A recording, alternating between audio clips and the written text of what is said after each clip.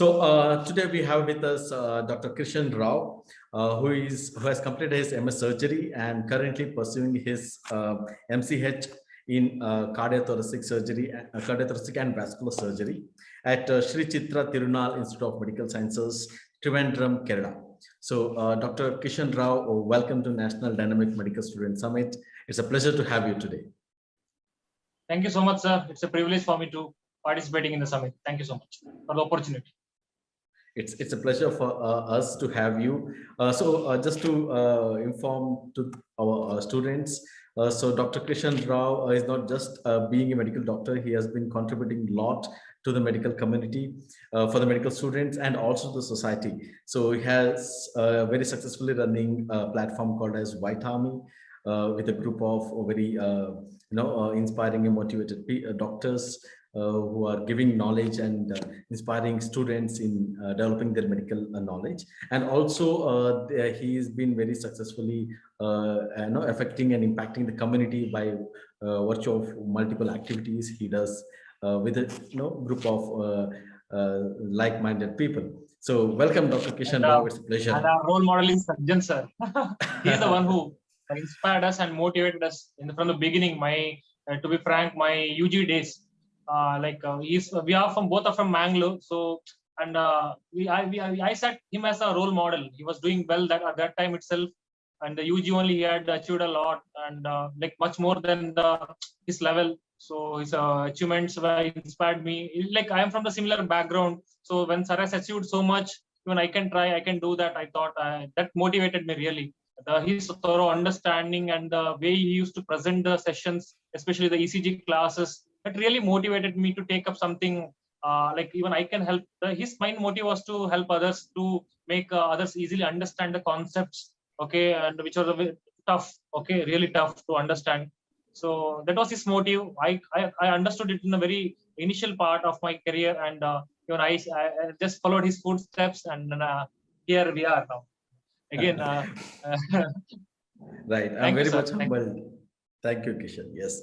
So, Kishan, let's move ahead. And just to give an insight into the summit, so the entire intention of this particular event is to talk to the consultant themselves, who have already done what our students are aspiring to do.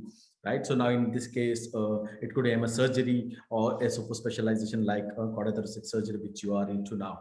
So to understand how the life goes on and as a consultant, as a surgeon, and from your experience, let the students be inspired and see the reality of what it to be a surgeon. And if they are passionate in that particular field, of course, they will choose and they will take that pathway.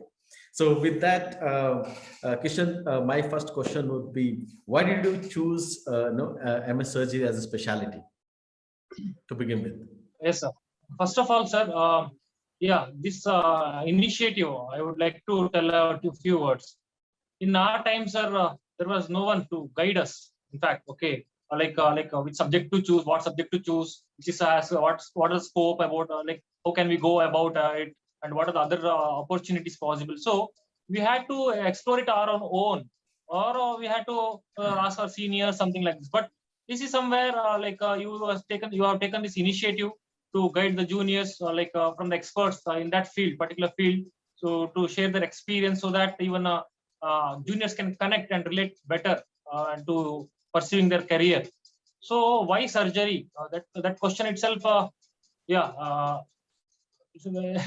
in my UG time, sir, in the first year UG itself, when I was in first year MBBS, I was very much fascinated about this dissection. The first year we had this anatomy dissection classes. It was actually, I was at Bangalore Medical College.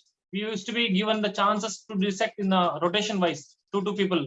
But I was so much enthusiastic every day. As soon as 9 o'clock, I used to go to dissection hall without anyone telling me. I used to wear gloves and start doing dissection. That much I was interested. I thought I have some basic skills to do better in surgery. I have them, that the surgical skills and soft skills. I always thought like that, and my interest was also towards surgical aspects of the medicine. And to pour more boost into it, in the final year MBBS, when I was attending the surgery postings and all, my seniors, like postgraduates there, and they used to give me small chances, like a lipoma excision, maybe sebaceous cyst in the final year MBBS. That poured me like more interest, like I can do well, in this. That gave me more of interest and passion for this field. And internship also, I got a very good mentors in the surgery postings, and got a lot of chances also, good training in surgery. All these things collectively made me think more about surgery aspect and surgical line. And I also felt that my personality per se as such is suitable more for surgery. There are two types of in our medical field. One is medicine line, one surgical line. Okay, those who are very much intelligent intellectuals and those more into studies, they go into medicine line. And people like me who work at the spinal level, we work only spinal. Above this doesn't work so much. So like we believe in practical aspects more than the theory. I believe in practical aspects, and so I thought surgery suits me better. So surgery, sir. Got it. Wonderful description on that. So of course, that's the surgical is requires a lot of skills and hand-eye coordination. So that's the personality what most of them have, right? So that's where they get into. Got it. Right. So now you are completing your MS surgery, and also you have done work at AIMS and many other places. So what has been the one of the core advantage of taking this specialty? Advantage as such in surgery. After MBBS, you must have like a basic surgery degree, that is MBBS or MS or DNB. Anything is fine. After MS, you can join any medical college as a lecturer or as a professor, or else you can choose to set up your own establishment in anywhere. You can set up in a rural place or in a city or in a like in corporate setup. You can join anywhere, being a general surgeon. And the beauty of surgery is it's versatile, sir. Especially the general surgery, it is still, even though so much of super specialty has come, but still the general surgery has its own existence, and it's versatile surgery, versatile field. Okay, starting from the as simple as one incision and drainage, we can go up till the, in general surgery itself, we can do up till the burr hole craniotomies and the oncosurgery like MRM and colectomies. Even our senior generation, they're so versatile.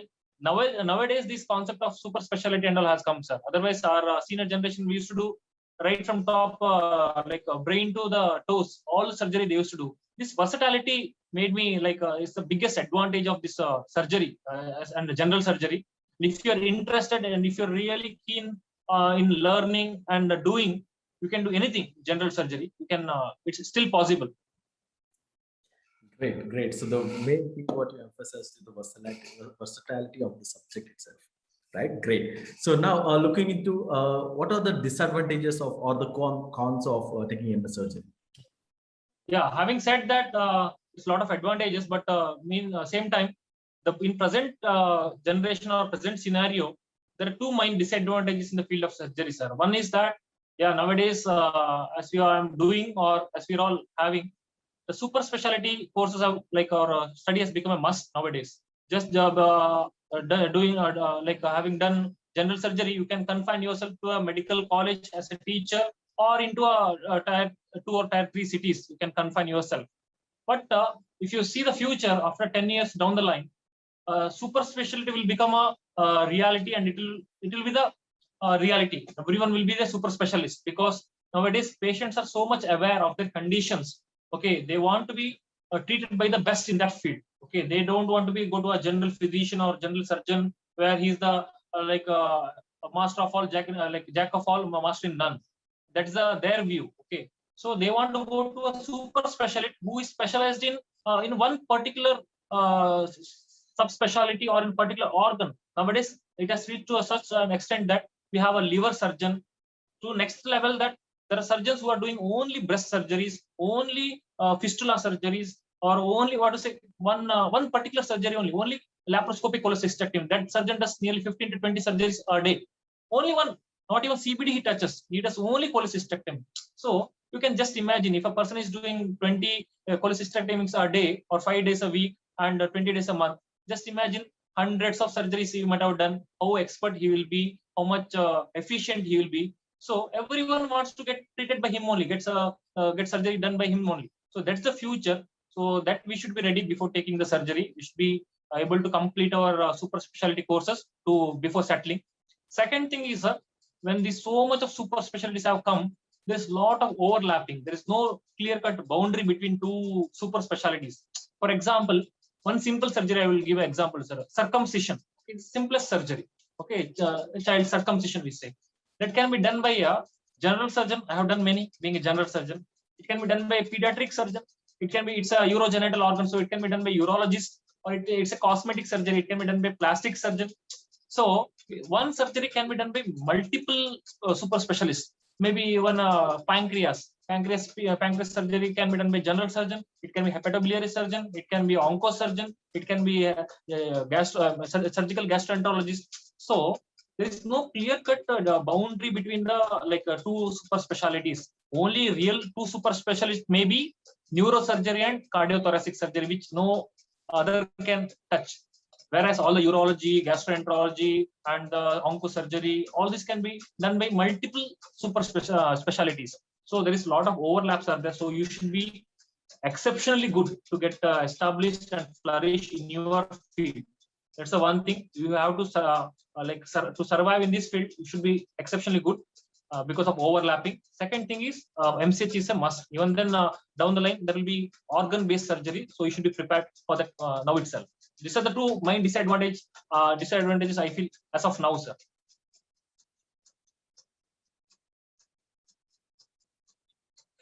I can't hear you, sir. Sorry. You are muted, I think.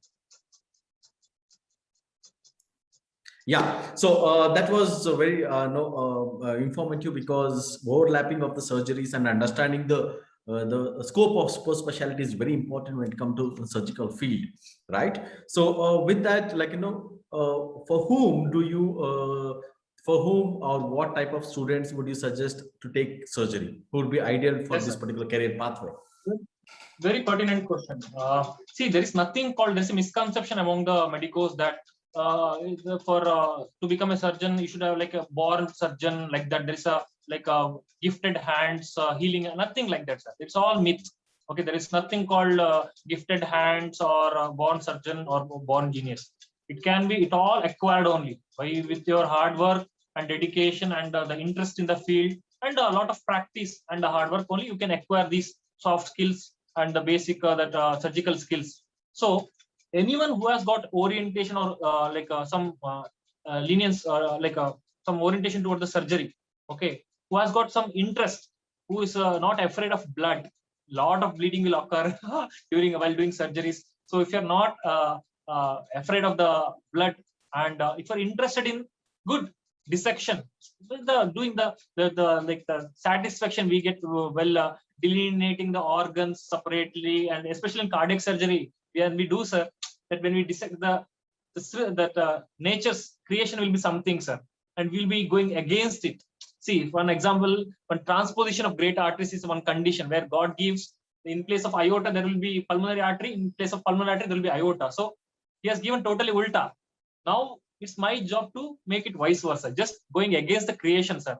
The pulmonary artery and aorta will be adherent like this, so I have to dissect in between that and make it like how it should be, so that you can't just express the feeling what you get when you really do that. And the blue child, the child is fully cyanosed, fully blue before going to the OT. Okay, and after when he returns out of the OT, mother cannot recognize the baby, it will be fully pink. See, mother herself cannot identify the child who was going inside the OT. It was fully blue and comes out fully pink. What more is required, sir, in life? Just tell me. Right. Great. So someone who is having that adrenal rush, who likes to be in that particular adrenal rush, who likes who likes the blood basically and the adrenal rush of doing all these things. Yeah, are the person who are ideally right. Okay. Right. So what are the so you are doing currently cardiothoracic and vascular surgery as a super specialization. So what are other super specialization opportunities available after MS surgery, and why did you choose cardiothoracic surgery? Yes, sir. See, new super specialties are coming up every day, sir. The basic ones are, and the most preferred ones nowadays are the surgical gastroenterology first, and second is the urology. Third, we have oncosurgery. Fourth, we have neurosurgery, and fifth, we have plastic surgery. Then pediatric surgery is there. Then cardiothoracic and vascular surgery is there. And recently, we have this trauma surgery. Names and all. There are 2-3 seats for a trauma super specialty only, and hepatobiliary surgery. There are so many fellowships also available in colorectal surgery, hepatobiliary surgery, and this transplant surgery, and endocrine surgery. There are so many every day they are coming up with new in fact we should say subspecialties, not super specialties. They're the subspecialties. Okay, they're coming up with new things just to give this, see, because the main idea of this super specialty or subspecialty is to give the better patient care. That's all. I can't be a master of everything. I can't do everything efficiently. So to give up, it may be boring for me to do the same surgery every day in, day out. But for the patient, it will be very much beneficial, sir. If I'm very expert in one thing, I can give the best of the result to the patient. So ultimately, patients are our God, and they will get the best of the best result. So that's the concept behind this super specialty and the subspecialties. That's what I. Right. So now, And idea about yeah. choosing a super specialty we get during the MS. Now only we can't. Some students ask that also. Can I, after MBBS, can I straight away join this 6 years neurosurgery course or cardiothoracic? Can I do that? I in fact suggest against that, sir. I say everyone must go through the general surgery, MS general surgery, because we get to know about the basics of our surgery in general surgery, because basic suturing skills, it may be how to handle a tissue, how to give respect to the tissue, how to open how to close the abdomen or any part of body, that for that matter. That all these basic skills will be learned during the MS. And during MBBS, sir, we will not have that much of maturity to decide what will be our career, what's best for us. Even we will have a very minimal exposure in surgery itself. So leave about super specialty, about general surgery only will be having minimal exposure during undergraduate. So it will be not a wise option to do super specialty course straight away after MBBS. I would always say after MBBS, do an MS or a DNB. After that only, during MS, you are matured enough, or you have a clear-cut idea which branch suits you the best, which branch you can opt. Okay, you'll be having postings in different subspecialties. While working there, you will understand whether you are really fit for that or not. So that will be the better way or better idea to go about, or in selecting the super specialty branches. Wonderful, wonderful. Right. So now looking into the career opportunities. So soon after your MS surgery, right? So what are the career opportunities a surgeon can have in India? And also, could you just throw some light on abroad opportunities? Yes, sir. Yes, sir.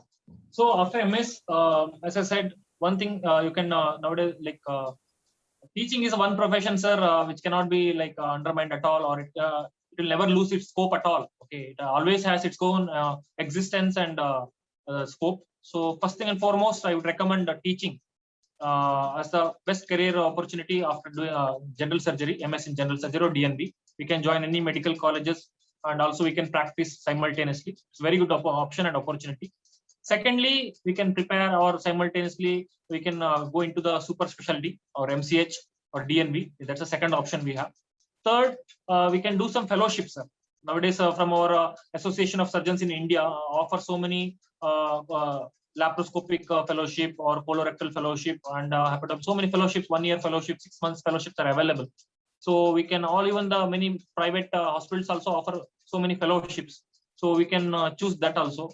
Or else fourth option is going abroad. Like you said, going abroad also in surgery. I don't say it's a very good option, but it's a good option in a way that you will have a wide horizon, sir. When you go abroad and work there for 1 year or 2 years, at least if you do observership and come back, you see all the variety of cases, what the highly equipped OTs or operations, what they do, and their approach to a case. If you see all those things, widen your horizon and come back to India and apply it here, it will be of great significance here. and the way people treat you, that will be different. Your way of approach will be different. So these four, 5 options you have after doing MS. And they, again, you can do USMLE, or you can write PLAB exam. Whether you can go to US or UK or any Commonwealth countries for that matter. And otherwise, you can do direct straight away MCH, and it's equivalent to your MRCS. You need not do separately MRCS if you have done the MCH. So you can directly go to UK and you get a FRCS degree later on. That's also another good options you have. But I feel, sir, nowadays it's become so liberal.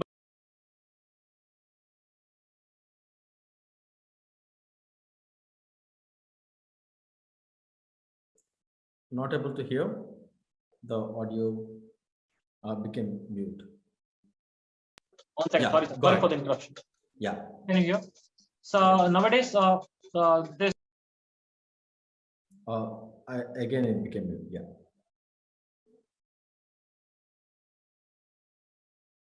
Sorry, sir. Sorry, I got some 2 calls that's muted. So the best option will be nowadays this foreign Western universities are offering. They're considering, or they're considering Indian degrees, and they are offering their memberships, fellowships, for Indian degrees only. So if you have done the Indian degrees or MCH or MS, it will be considered equivalent in their countries, and they're offering their memberships as well. So that can also be done. Then, because every year these rules have been changing, especially the USMLE, PLAB, MRCS, the rules have been changing. So we have to get updated with that. I feel for surgical branches, studying in India is far better than going abroad, unlike the medicine branches, because surgical branches has got limited role in abroad. So they don't allow the Indian or the foreigners to operate there. Not much of hands-on there. Only we can go for observership maybe, and we don't get to settle there also. It's getting to work there is very difficult, especially in US and UK for surgeons. So it will be wise to settle in India or in Indian subcontinent, or in maybe if you want Australia and all, good options, or in Commonwealth countries, other Commonwealth. Got it. Right. So one of the very important point which you mentioned is the going abroad, widen the horizon, and also not just you have to go and do a fellowship. You can just do an observership, observe the way of a clinical and surgical approach they do, and the communication the way they do, and then come India and apply, because you're already skilled, you're already trained. So only that you need to have that mindset of how you can Yes, do sir. it better in Yes, India. yes. Right. Very rightly Yes, sir. said that. Right. So now moving to the next point, what is the earning potential of a surgeon? So how do you number that? Like, what give us a range? If you, sir, I'll not say anything. Just in YouTube, just Google, say in YouTube, search it as the richest doctors in India. Okay, that's one. Just Google it, richest. In top 10, 7 to 8 are surgeons. Okay, maybe in 1 to orthopedic surgeons, 1 to radiologists. Or that 6, 7 minimum in out of 10 are. That itself like substantiates, or like what to say, answers your question. Surgeons never go like what to say, unearned, sir. So minimum, if you are wherever you are settled, sir, you are in a rural setup or in a tier 2 city, tier 3 city, you will get minimum number of cases, how much or good or bad you are. Okay, so earning is not at all a question or a matter here. So okay, because I give simple example, sir. I'm not comparing or I'm not degrading anyone. A physician, for example, with 100 rupees consultation fees, he will see 100 patients per day. How much it will be, sir? 10,000 rupees per day. You will earn 10,000. You will see 100 patients with 100 rupees consultation. 100 patients you will see, still he'll earn 10,000. I will do one laparoscopic cholecystectomy, which will take me half an hour in a day. Okay, and I'll earn 15 to 20,000 with one surgery, half an hour. Right. So see, I'm not comparing or this thing. That's the potential, sir. Okay, if you're really good in your field, people will throng to you, sir. From I have seen people coming from far away just to get operated from him also. When I was in Sulya, and I for a short time, I was in my own place. I was practicing after my MS. So people, they had problems since long time. Okay, this hernia and varicose from, but they never got operated.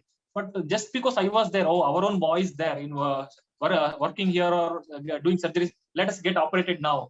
They all came from various places just to get operated from me. and they all went home. See, that earning is not a matter, but people will come to you. If you have earning mindset, you can earn. If you just want to serve the needy or serve your people, you can do that also. So there is no dearth of cases to you if you're good to the patients. That's the, yeah. Having said that, there's a clause is you should be good with the patients. My only principle in life is rest all secondary, sir. I need if I don't treat also fine anything, but I'll treat like I'll look after my patient very well. If I'm not able to treat also, I'll console him. I will nicely counsel him and try to convince him.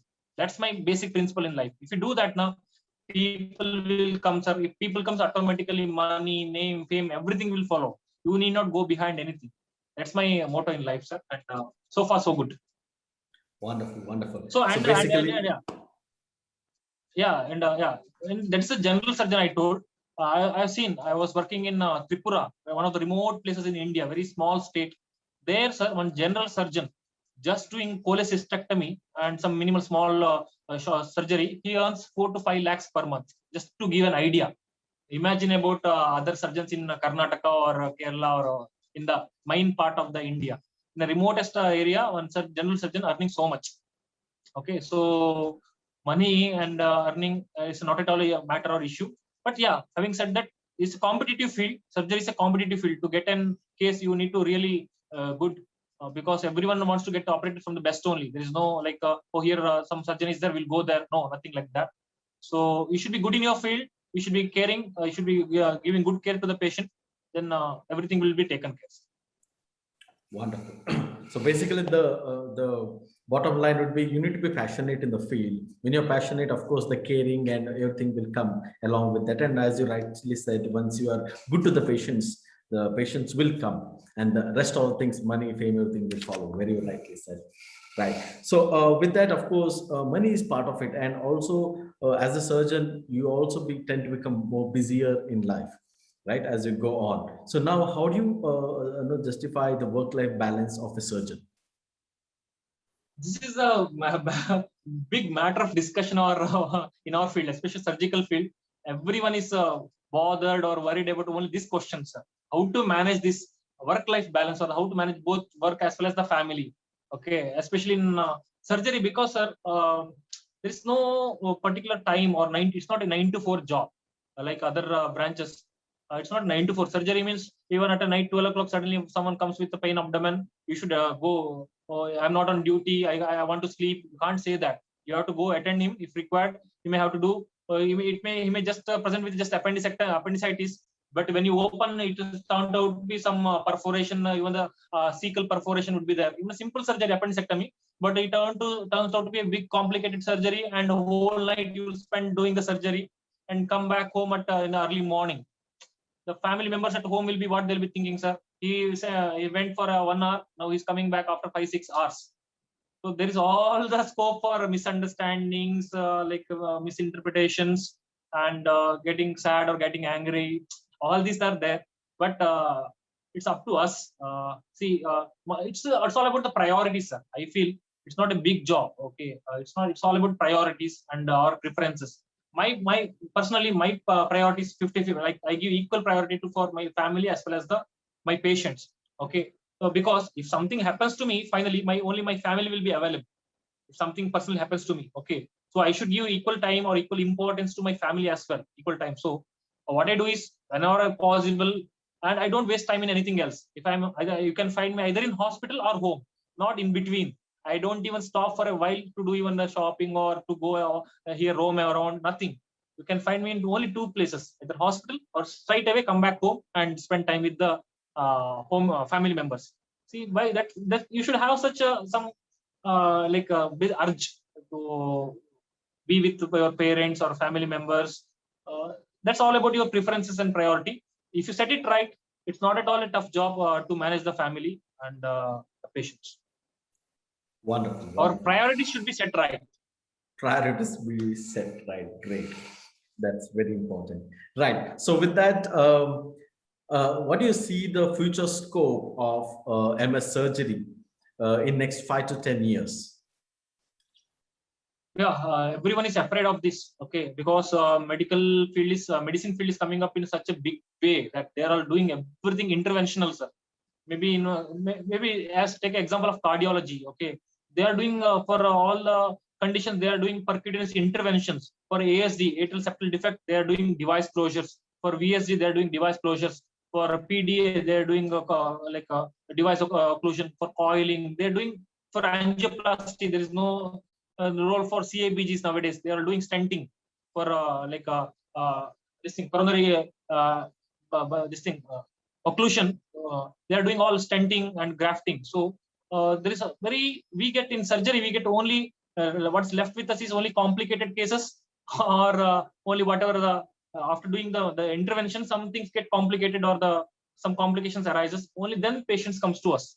So in other also in the gastro field of surgical gastroenterology also, through endoscopy and colonoscopy only, they are doing most of the interventions nowadays. Okay, so maybe stenting, it may be resection, everything they are doing. Even the medical gastroenterologist only doing. So the existence of surgery is at stake a bit. Okay, but uh, because earlier, sir, this ASD, VSD were the bread and butter of the budding surgeons. There are simple surgeries comparatively. So we, the junior surgeons like me, used to depend on them for to learn or get trained. But nowadays, all this are done by the cardiologists. So we are not getting any simple cases anymore. What we receive in the beginning only the complicated cases. So the learning curve increases. Our ergonomics, learning curve, everything increases. So in the beginning, we have to depend on our seniors.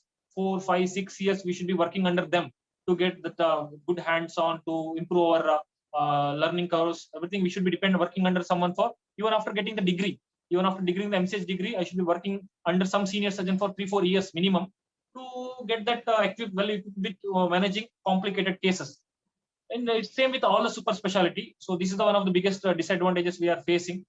Uh, we have to somehow manage this now. Right. So, yeah, so surgical field, just MS surgery again would not suffice. So if you're looking into, you need to be having a vision of getting into MCH in some particular fellowship or subspecialty, as you mentioned. So that would be the aim. Someone is from the MBBS, someone is looking into surgery as an option, right? Got it. Right. So now we did a lot of no academic discussions and looked into more into surgical field, right? So now let's move on to you, and we'd like to know about your journey from the days of MBBS, post graduation, and your practice till now, how it has been, and give us some key events through your journey so that we get connected to what how it has been your journey and your experiences during that particular Myself, period. yes, sir. I'm an average student, sir. From the school days or this thing, I'm a very average student. I'm from a very rural background and with minimal opportunities there, minimum exposure there. So, but my parents tried to give the best possible education to me, and so I also tried my best. But yeah, somehow I got into one of the best colleges, Bangalore Medical College for MBBS, and there still my priorities were not right. Maybe I more than studies, I was into sports, culturals, and doing politics there. And I was preparing for UPSC during my MBBS days. I was a hardcore aspirant of UPSC, so I was preparing for that. And during internship, throughout my MBBS, I prepared for UPSC, sir. So at the last moment, parents said, no, you will not be a IAS officer. We want you to be a surgeon. Okay. Anyway, I also had inclination towards surgery. I was liking surgery very much. Okay. Let it be parents' wish prevail. I can be both surgeon as well as the IAS officer, but parents will like only if I'm a surgeon. Okay. So I went with their wish. I always felt that children are the unfulfilled dreams of parents. My father wanted to be a doctor and surgeon. He couldn't, so he wants me to. So let it be. So then I did only minimal preparation for my PG entrance exam. Okay.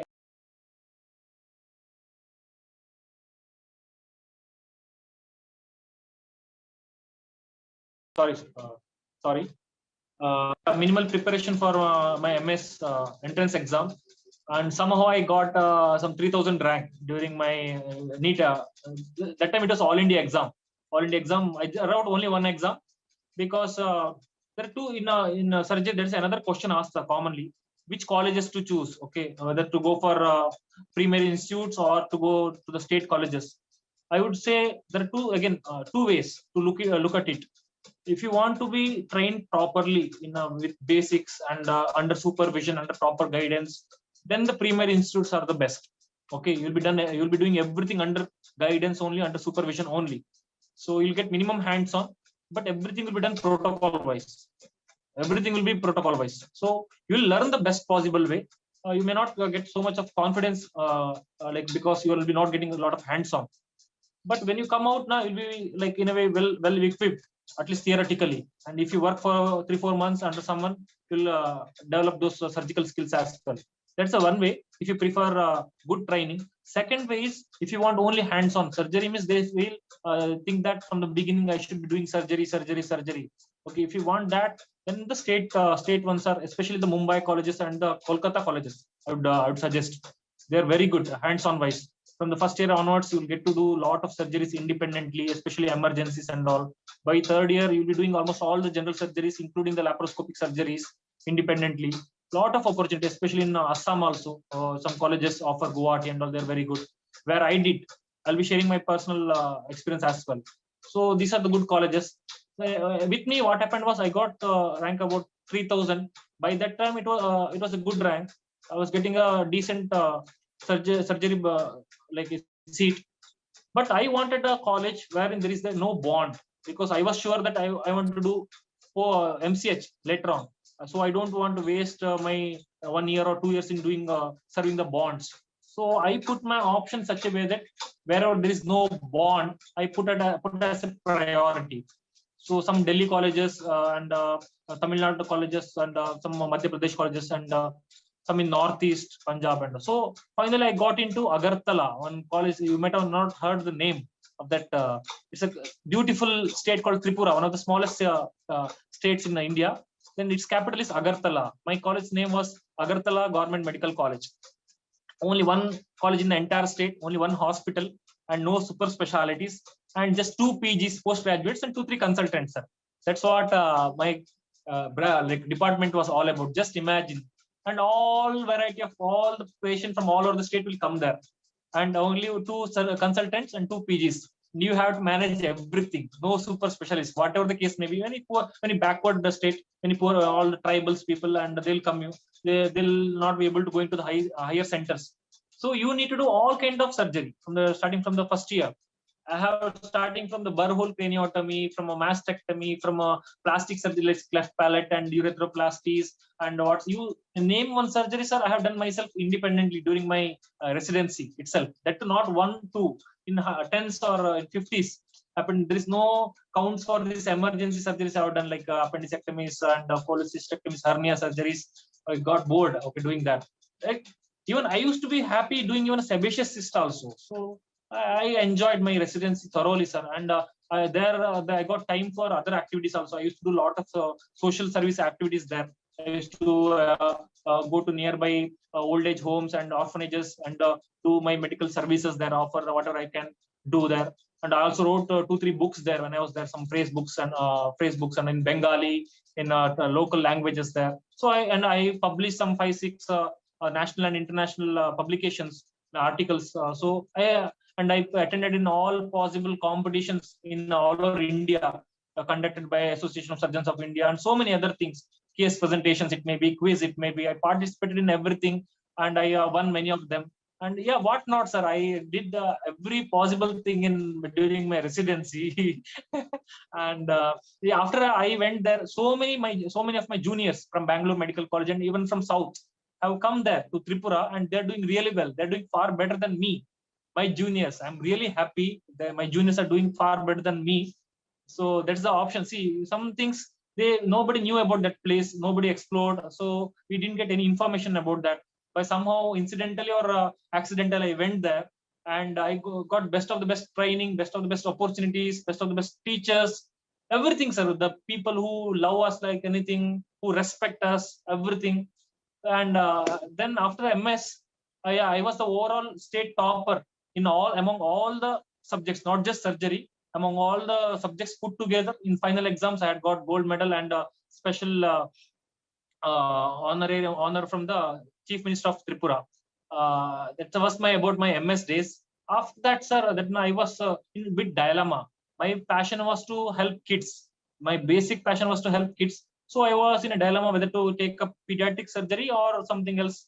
uh, so pediatric surgery, almost everything I had done during my residency only. There was nothing new left for me to do. So I thought pediatric, no need of separately doing MCH for pediatric surgery. Anyway, I'm doing now itself. So then I thought something more challenging I need, something more bigger and challenging. Then I thought pediatric cardiac surgery is best. No one can do that. There's no overlapping. It's such a virgin branch. Even adult cardiac surgeon doesn't venture to do a pediatric cardiac surgery. That that complicated it is, that complex it is. So I thought, and only minimal pediatric cardiac surgeons are there in India, sir. Only 50 to 60 pediatric cardiac surgeons all over India. Okay, in our entire Mangalore, sir, only one cardiac surgeon, pediatric cardiac surgeon is there. So that's the situation now. So I thought, if nobody's taking, then who will help the kids? So many, the incidence of congenital heart disease in India is 2 lakh per year, but only 50, 60 surgeons are there. So how can we manage this?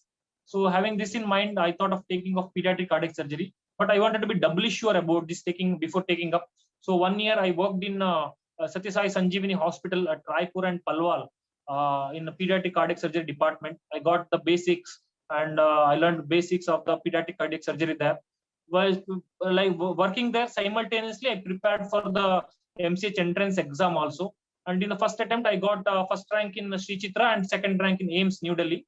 And as I was working in Delhi, it was near to me. I joined AIIMS New Delhi. And just now, when the pandemic started, because of some family reasons, I had to quit AIIMS and come back to my home. And then I was working in Sulya, KVG Hospital Sulya, for quite a few months. But I was practicing general surgery during pandemic. Only in 3-4 months, I have done so many major surgeries there in Sulya, and I am happy and contented that I'm of some use to my own people there at Sulya. And then, sir, I had to write one more exam, entrance exam, that's Sri Chitra. This is also one of the central institute and now one of the best institute for cardiac surgery in India. And I got again here. I'm doing almost finished my first year now, going to be second year a senior resident here.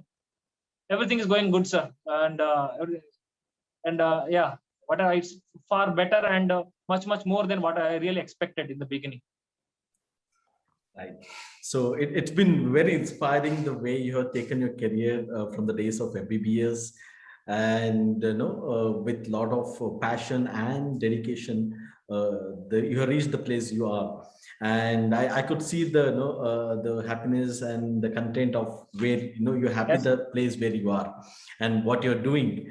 And I could see that, and we are so happy, and it's a pleasure to listen from you itself the journey, and it's a thrilling experience for us too, right? So with that, Kishan, give us what was one of the challenges which you have faced during your career process? Sir, let me be frank, sir. See, in surgery, it's difficult to get established yourself and flourish. Okay, you need to be extraordinary, because main thing in surgery is getting the trust of your senior consultant. Why they should give a chance to you? Why they should give to do a surgery? Because if anything happens, especially during the residency or when you're junior consultant, if anything happens, even a small mistake of yours, he'll be the responsible. Even if a skin closure is not proper, if skin gets infected, the consultant will be held responsible, not the resident. So to get chances, to get opportunities, you should be extraordinary, or more than that, very sincere and trustworthy. If you're trustworthy, if the consultant feels that you will do the justice or you will be equally good like he is doing, only then he will give the chances. So that getting the trust of the consultants is the most challenging thing in the surgery, in the field, any surgical field, because most of the consultants feel that we didn't get any chances during our residency. Why should we give chances to our students? This is the mindset, typical mindset, unlike Western counterparts. So getting the trust of our consultants or seniors and getting the opportunities itself is the biggest challenge. And but it's not very difficult if you are only intention or mindset should be work hard, do the proper patient care, and work sincerely. Everything will follow. So it's not just we are working in front of the consultants to please them. We have to be sincere in front of them as well as behind them also, when we are in their absence also, because even the surgery wards also have got eyes and ears, sir. everything will be reported to our consultants or nursing officers or group D workers, patients themselves. You will go and report to the consultants, so they will be coming to know everything about us, so they will decide accordingly. So the toughest thing in surgery is getting the trust of the consultant and getting the opportunities. Got it. That's been the challenge. Right. So with that, what with all the challenges which you have come across, what has been the best part of being in this specialty? In surgery, sir. Yes. Yes, sir. I don't know God's grace or parents' blessings. My surgical career so far was very good, sir. I'm really happy about it and very contented.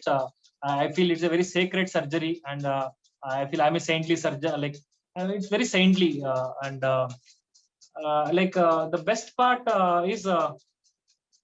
In my residency days, sir, patients, the queue in front of my OPD used to be much longer than my consultant's OPD, sir. And once so happened, I was not there. I had gone to Kolkata for my super special training. That time, patients who were admitted in the ward, my consultant is taking the rounds. They're asking him, "Where is Kishan, sir?" He asked why. And then who will operate me? The patients are asking my consultants, like, see, if you really show the genuine love and care towards the patients, how much intern you will get. Okay, that's one of the best.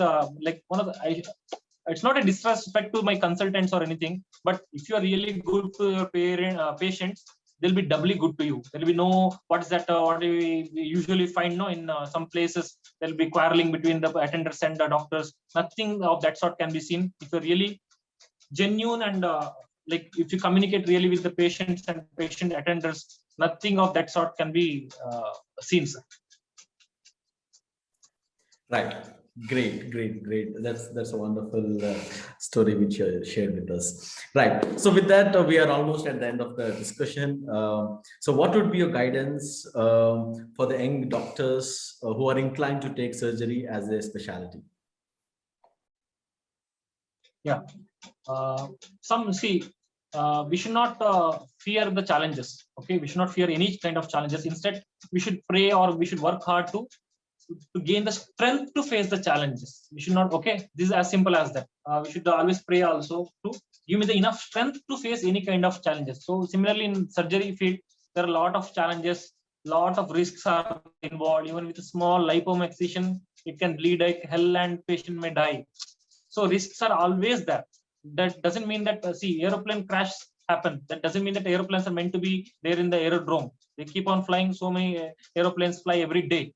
Okay. So similarly in our surgery field, there are so many mishaps happen, so many complications happen. Still, you need to be doing the surgery, taking some amount of calculated risk and facing the challenges. So surgery is such a beautiful branch, okay, where you'll be seeing the instant cure. Just like I said, if you do a simple ASD or VSD surgery, or some for the top surgery, the patient will be going inside as fully blue and coming out fully pink, wherein mother only cannot able to recognize the child.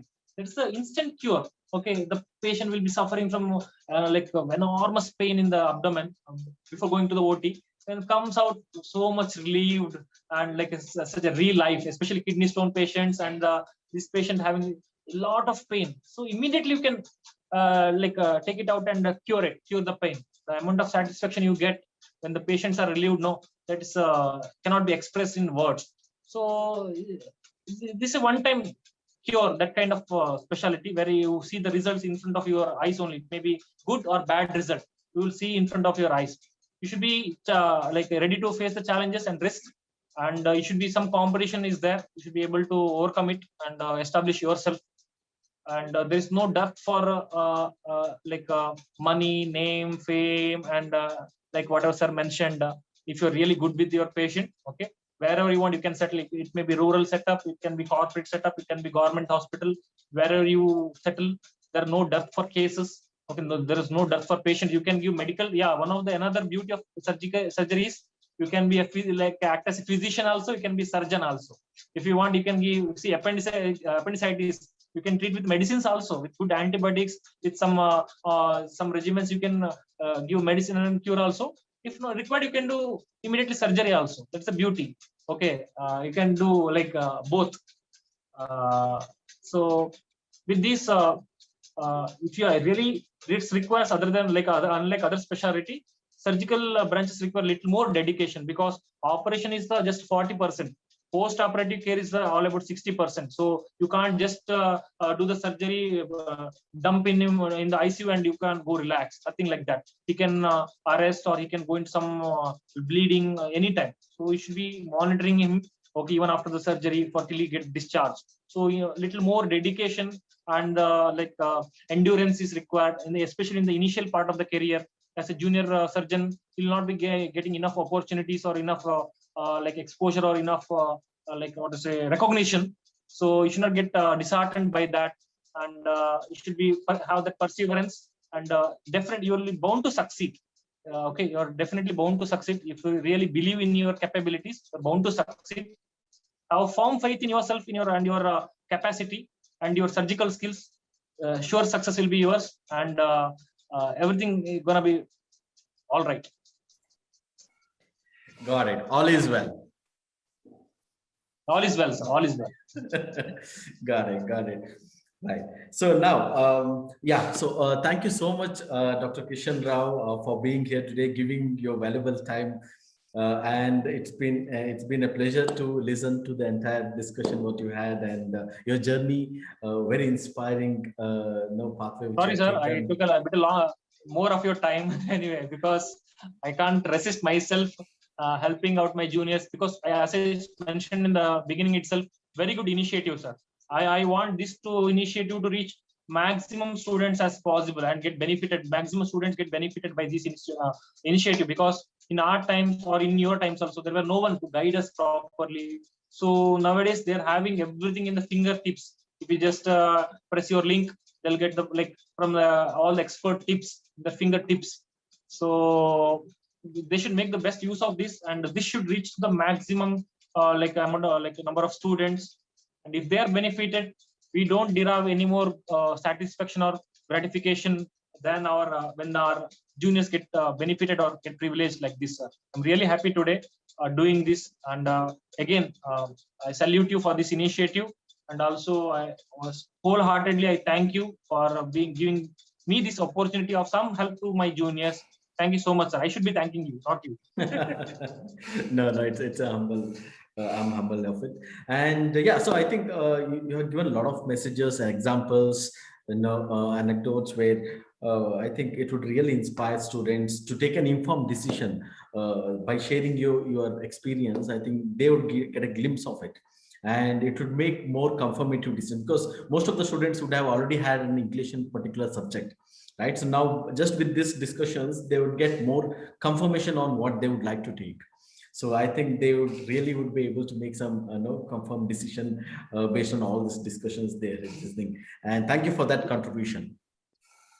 Because imagining is something, sir. Because we all imagine, surgery will be like this. This will be here. What's happening is we are sharing our real practical experience. Exactly. What I went through, my journey. So my juniors can relate better. Yeah, if Kishan has done like that, means I can do better than that. If Kishan has being a very average student, very mediocre student, if he has done that much means I can be doing much better than that. So they can relate, and they can take decisions accordingly, sir. That way, this is useful, sir. Definitely. Right, exactly. Yeah. And of course, it's not that you want to be a surgeon and you will get a surgery seat, right? So there will be maybe an ophthal or ENT, or it could be different options, right? So if someone wanted to be something else, and if they have different options, all the surgical 1, 2, and 3, are similar, sir. Yes. Whatever I said today in general surgery applies to all the other surgical fields as well. It may be ENT, it may be ophthal, it may be MS, obstetrics and gynecology. All the surgical fields, what I told, orthopedics, this applies or implies for all the surgical fields. Almost similar scenario in all the fields. Got it. So great, Dr. Kishan. Thank you so much for sharing your time today, and thank you so much for being here. Isn't this valuable to know the career pathway of a specialist? Hear from experiences of 50+ consultant doctors from across India. Get an insight into 22 plus medical specialties and make an informed career decision which will shape your future. Join India's first of a kind online medical specialty summit exclusively designed for medical students. Visit our website drsajjanacademy.com to know more. Don't miss out on this golden opportunity.